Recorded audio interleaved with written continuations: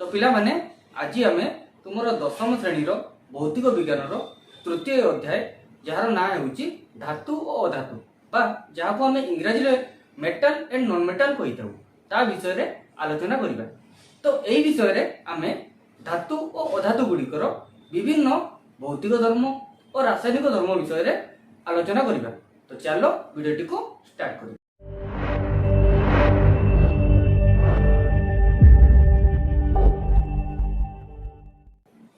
तो पिला माने या पूर्व तुम जानी समजातीय परमाणु रे गठित पदार्थ को आम मौलिक पदार्थ कही था और यही मौलिक पदार्थ प्रकृति रे 118 उपलब्ध अच्छी और यही 118 को आम पुनर्बार 3टी भाग में विभक्त करगुड़िक हूँ धातु अधातु और उपधातु। तो जदि आम एम संख्या को लक्ष्य करवा धातु हूँ 93टी अधातु हूँ 18टी और उपधातु हूँ 7टी। यही विषय रे आमे धातु और अधातु मान विषय जानिबा। तो तुम मन गोटे प्रश्न आसुथबो जे धातु और अधातु को आमे चिन्हिबा किपरि।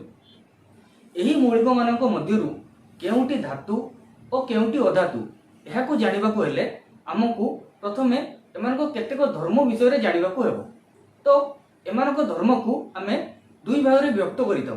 प्रथमे होउची भौतिक धर्म बा फिजिकल प्रॉपर्टी, अन्यटी होउची रासायनिक धर्म बा केमिकल प्रॉपर्टी।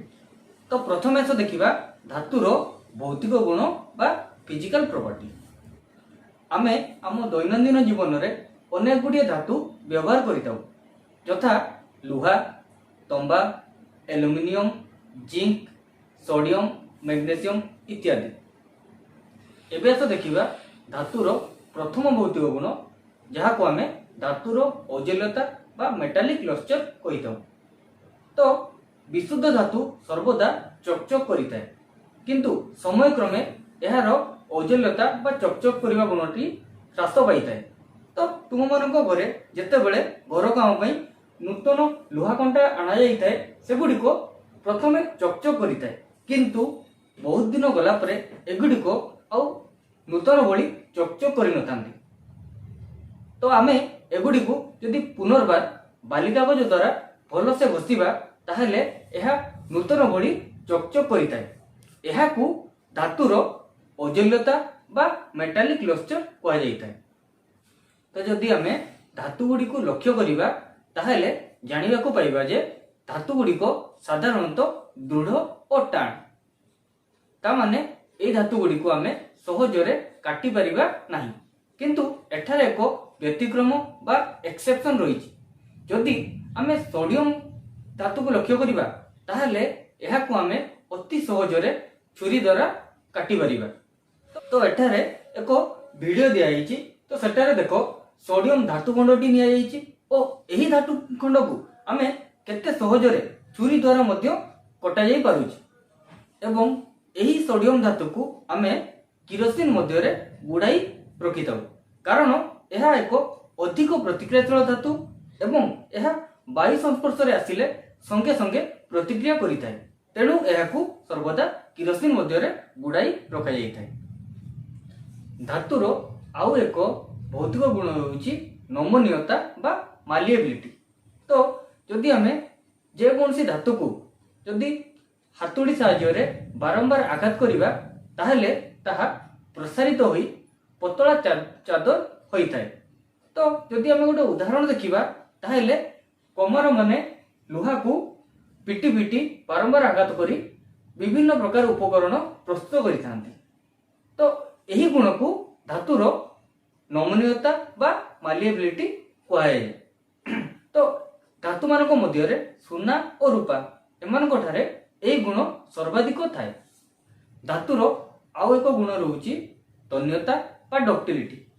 धातुरु तार प्रस्तुत करबा को आमे तन्यता बा डक्टिलिटी कहिताउ।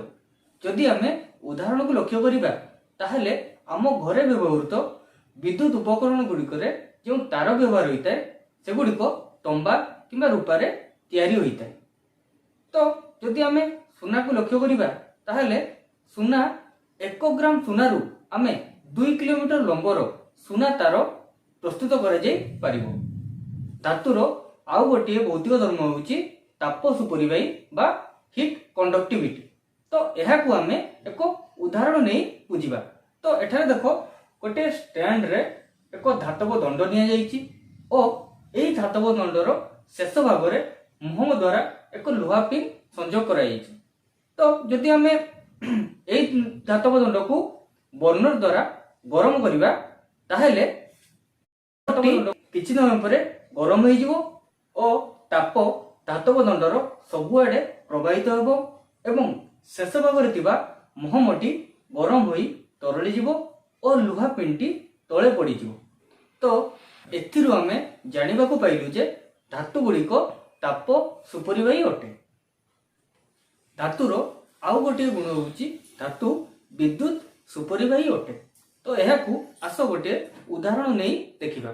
तो एठारे एक छवि निया आइछि जेउटी गोटे बैटरी गोटे बल्ब और गोटे स्विच को संयोग कराइछि एवं तारटी को दुई भाग रे विभक्त करा जाई उभय पार्श्व रे गोटे गोटे क्लिप लगा जाइछि। ताहेले जदि आमे स्विच दबाइबा ताहेले बल्बटी जळिबो नाही, किंतु सेही समय रे आमे जदि गोटे धातु को दुई क्लिप मध्य रे रखिबा ताहेले धातु देई विद्युत स्रोत प्रवाहित होबो एवं बल्बटी जळिबा को लागिबो। तो एबे आमे एही उदाहरण रु जानिया को पाइले जे धातु गुड़िक विद्युत सुपरिवाही अटंती। आम घरे व्यवहृत होतबा विद्युत तार गुड़िकर बाहर पार्श्व रे रबर भली पदार्थर प्रलेपन दिया जाइଥାଏ। एगुड़िक पीवीसी बा पॉलीविनाइल क्लोराइड रु प्रस्तुत कराइଥାଏ। कारण एगुड़िक नथिले आमको वैद्युतिक आघात लागिबार संभावना थाए। एही धातु गुड़िक जदि आघात करा जाए ताहेले एहा ध्वनि सृष्टि करिଥାଏ। तो आस गोटे उदाहरण नहीं देखिबा। तो छवि रे एठारे गोटे स्कूल रो घंटी दिया जाइछि जहा कि धातु रे निर्मित अटे। तो एही घंटी को आघात करिबा द्वारा एहा ध्वनि सृष्टि करिଥାଏ।